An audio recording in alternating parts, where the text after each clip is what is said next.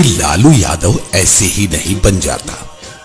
बिहार में पहली बार 1977 में पहली बार कोई छात्र नेता जेल से हथकड़ी पहने नामांकन पत्र भरने आया और 3,75,000 वोट से चुनाव जीतकर मात्र 29 वर्ष की उम्र में छपरा से सबसे युवा सांसद लोकसभा में पहुंचा।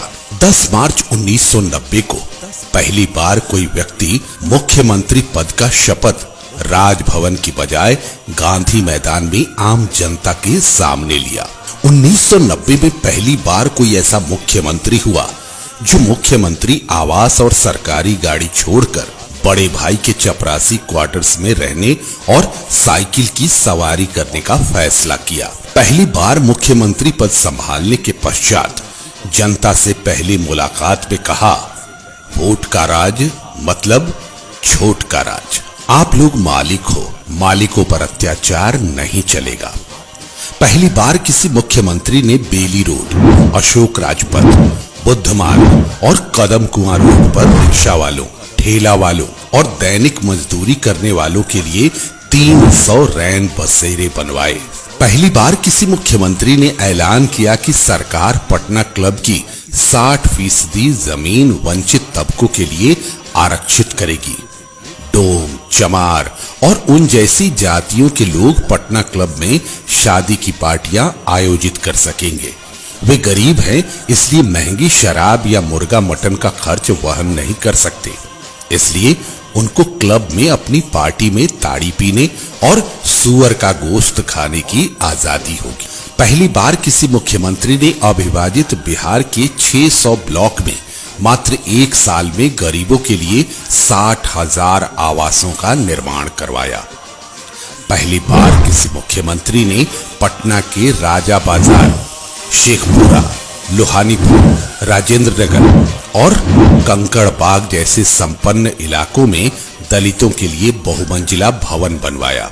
शहरों के बाहरी हिस्सों झुग्गियों में रहने वाले दलित परिवारों की पहचान किया और फिर उनमें से प्रत्येक परिवार को 2 कमरों का अपार्टमेंट आवंटित किया।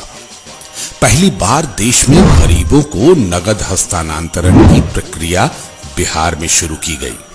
पहली बार किसी मुख्यमंत्री ने मुसहर समुदाय के बच्चों के लिए 300 विशेष विद्यालय खोलने का निर्णय लिया।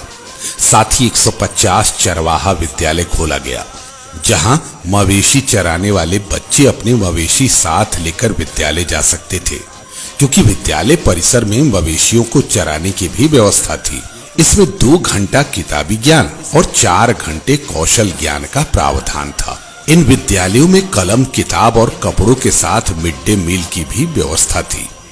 दलित छात्रों को 100 रुपए प्रति माह भत्ते भी तय किए गए थे। यह पूरे विश्व के लिए अनूठा विद्यालय था। अफसोस, यह दीर्घकाल तक सफल नहीं हो सका।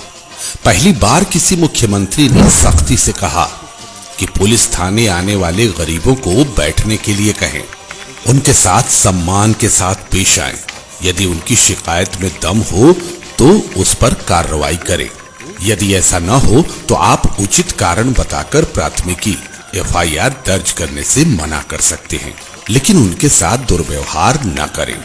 इसी तरह के विकास का सोच रखने वाले बिहार का लाल, बिहार का बेटा, पूर्व उप मुख्यमंत्री, नेता प्रतिपक्ष श्री तेजस्वी प्रसाद यादव, जो लगातार अब तक कोरोना काल के साथ बाढ़ की त्रासदी में भी असहाय, असहज छात्र, नौजवान, किसानों, मजदूरों, बेरोजगारों के बीच स्वयं उपस्थित होकर खाद्यान्न से लेकर बिहार के श्रमवीर जब दूसरे राज्यों में लॉकडाउन के कारण त्राहिमाम कर रहे थे, तो उन लोगों को अपने घर तक लाने के लिए पुरजोर मेहनत की। इसलिए छात्र, नौजवान, किसान, मजदूर, बेरोजगार और व्यवसायी लोगों से आग्रह है कि माननीय नेता प्रतिपक्ष श्री तेजस्वी प्रसाद यादव जी के कदम से कदम मिलाकर चलें और बिहार को नई ऊर्जा के साथ एक नई ऊंचाई और नया आयाम दें।